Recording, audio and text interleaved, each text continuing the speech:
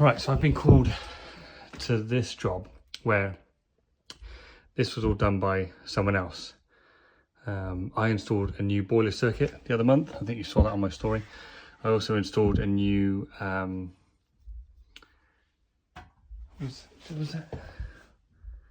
No, they had, oh yeah, it was just a boiler. So they had a previous Sparky to come in and no labels, no nothing, and upgraded the consumer unit and do the kitchen extension electrics. And I come in and put a boiler in, but the sockets are tripping on the kitchen circuit. So before I start testing, I'll just show you what it is, and then we'll see if we can find anything. My gut tells me that it's probably an appliance. 99% of the time it's an appliance, but we'll have a look. The main thing when it comes to fault finding is ask questions. I ask so many questions. I'm like fucking Columbo when it comes to questions. I ask them when it happened, what was on when it happened, what were you doing, and each time that happened, what was on, and has anything changed? Yeah, and you get a combination of answers, and you've got to try and suss out what the deal is before you even get the test kit out. It's questions. So I'll do ring final continuity. Not that it's going to help me prove if it's a intermittent tripping or if it's an appliance or if it's something to do with the circuit. But I'll do the ring final check first, and then it's more likely to be an installation resistance test, which will highlight if there's something deteriorating.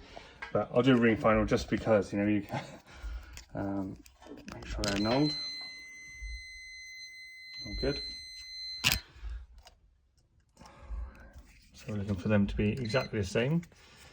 0., whatever it's going to be.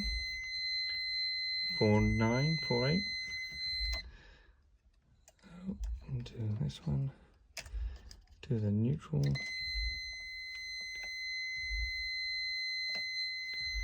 49.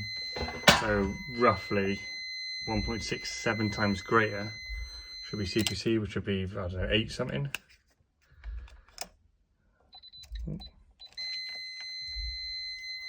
Oh, there you go, 8.1. So ring final's all right. Let's do installation resistance. I'm going to do neutral to CPC first, because that's the one, the imbalance that's going to be that's going to cause the RCBO to trip. That imbalance most commonly. Do installation resistance. I'll do it 250 anyway. I've unplugged. I've turned a lot of things off. I haven't unplugged everything. But I mean, this would be a good little exercise just to show you, like, if anything is, even if it's plugged in and switched off, it still reads through it. So you actually need to physically unplug just to stop any funny readings or to get you confused, to actually physically unplug stuff. But yeah, I'm going to start with neutral and CPC first. Let's go to 250. In about 5 seconds, the video is going to run out, so I might as well just stop it. So back again. 250 neutral to CPC. Look, it's quite low. Right, before I get concerned, 17, 19, before I get concerned, I'm going to unplug some stuff. I unplugged them. There is one up there, but these are going to be the easiest to unplug. I have turned them both off, but I'll unplug them. They're done those. They're double pole switches, so let's try it again. Neutral to CPC. Ah, there you go. A lot quicker, a lot clearer, a lot quicker. There you go. Over 99. So that just goes to show that, like, if they're double pole switches, then it probably would have been alright. But that is probably not a double pole switch. It's probably a single pole switch on those 2-gang sockets.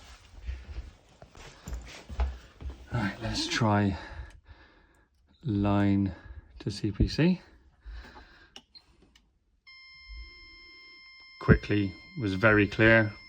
Understanding and interpreting the results is important. That's clear. Line and neutral. Now, if I haven't caught anything, you know, if I've missed something, it'll show this up here. If there's something still plugged in or turned on. Yeah, it looks like I've got something plugged in still. Sorry, not only plugged in, but actually on. There's a load passing through it, which is why it's saying dead short. But what have we got there? That's off.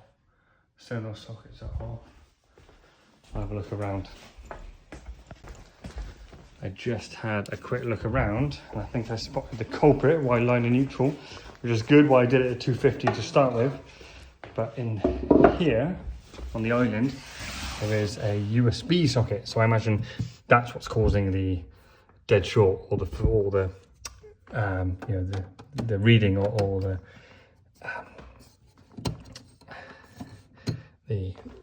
reading of dead short is probably because of the transformer inside. So if I link them, if I take the conductors out and link them through, bypass, you know, this USB socket, it should come up as clear. I'm just going to check it fully. You know, your intermittent faults are tricky to locate.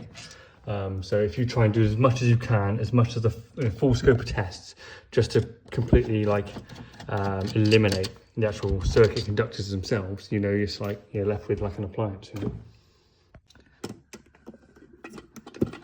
Right.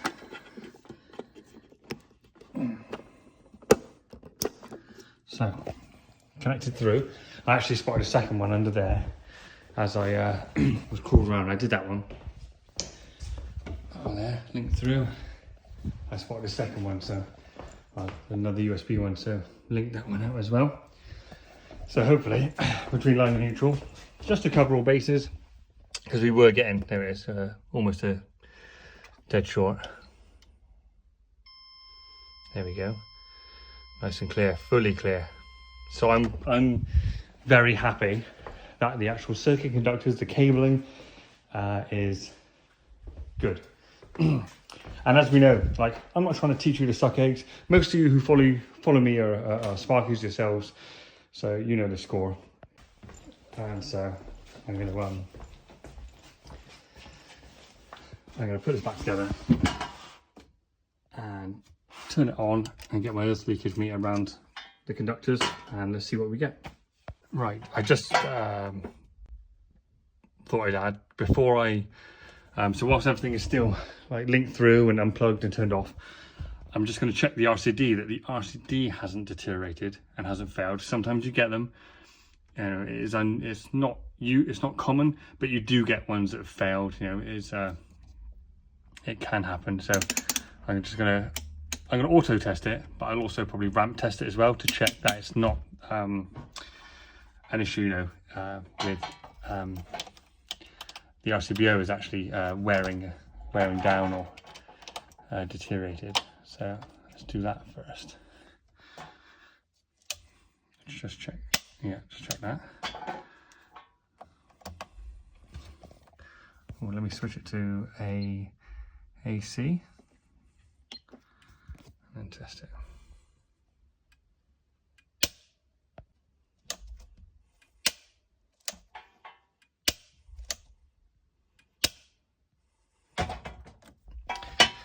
So 18.4, how's that 5 times? Half times it didn't trip, that's what we want. Half times the rated current, 1 times the rated current, well within permitted values and what I'd expect. Other side of the wave, 19.2, fine. 28.4, fine. So that all seems fine to me. So if I go to ramp test just to check, there it is there. Press test. I don't know, 20 something, 24 milliamps, 21. There you go. So that's not wildly within, like, outside the realms of like normal operation. So I'm happy with that the RCD is fine. So yeah, I'm gonna put that all back together. I'm gonna put the sockets and stuff back together now. I've confirmed everything is all good with the circuits. I'm gonna turn, get them all back on, and then maybe one by one. I've got my earth leakage meter, so I might put that round the conductors and turn on a couple of the appliances and see if it increases significantly. But it's an intermittent fault, Like, you know that, you all know that, I know that. Intermittent faults are probably the trickiest to find and locate unless you're there at the time. I need to make up a little lead, a little plug or socket with a flex with the outer sheathing stripped off with the earth separated, so I can actually plug in an appliance, if you know what I mean, and use my earth leakage meter to actually test that standalone appliance, because at the board I'm going to be doing the whole circuit. Even though I'm going to be turning them on one at a time, I'd rather do it locally, but yeah. Right, so turn it on. Oh, sorry, that's it. So around to that. Now, like I said earlier, it's an intermittent fault, so it may not even show up anything, you know, doing this. Right, there we go. So around the line and the neutral conductors, make sure it's in, yeah, it's on. I think I plugged a couple of things back in, but I didn't turn them on, so. The obvious one was this. Got the fridge there, I suppose, we could try. Not much, but I imagine the compressor hasn't kicked in. It should have done really, because it's been off for 20 minutes. Let's try this oven. And I'll turn the oven on, so it probably won't register as much. Well, a little bit. Right, got the oven on, or on something. So it's jumped up a bit, but nothing to really cause any real concern. 4 milliamps. When I ramp tested it, was 21, wasn't it? So maybe it's cumulative. I still thought I need to actually put the dishwasher on a cycle or something. Because there's not actually much else on that circuit. You got this thing.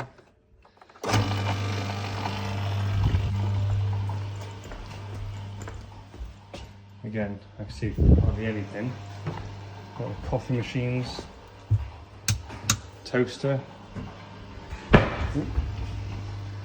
extractor fan. Right, I just put the dishwasher on.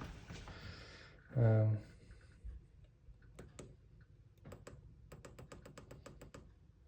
the oven up a bit.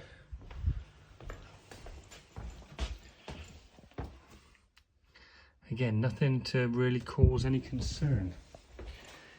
The client said it's tripped 3 times in the last, I think it was the last month perhaps. But that's with everything on. Like I said earlier, you win some, you lose some. I do like to, you all know I like to find a fault. But at the moment, nothing is indicating any cause for concern. That's the oven, the dishwasher. Like I said, the only sockets, there's a couple opposite here and here. You've got the oven, this socket here, macerator and dishwasher, which is running now as we speak. The fridge, which it is on, yeah.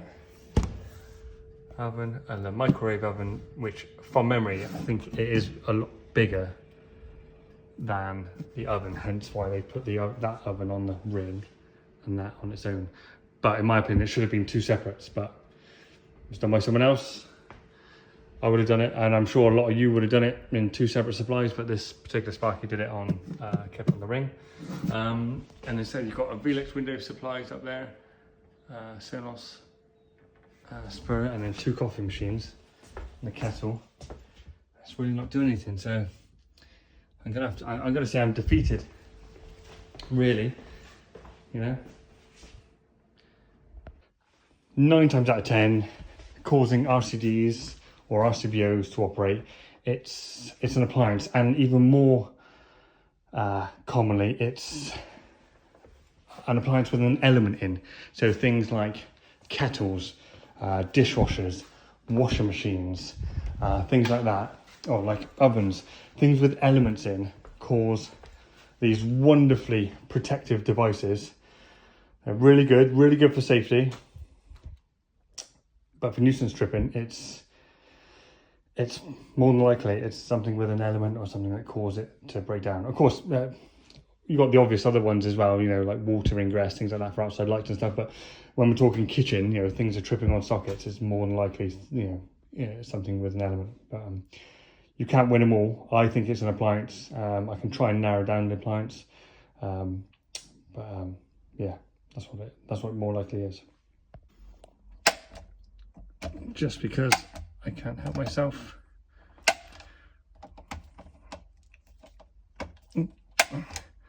Anyone else do this when you get a board cover off? It's like, it's not OCD, but you just have like just before you put the cover on, just quickly check. I'm going to pack up, put the cover back on, and tell the client the bad news, I guess.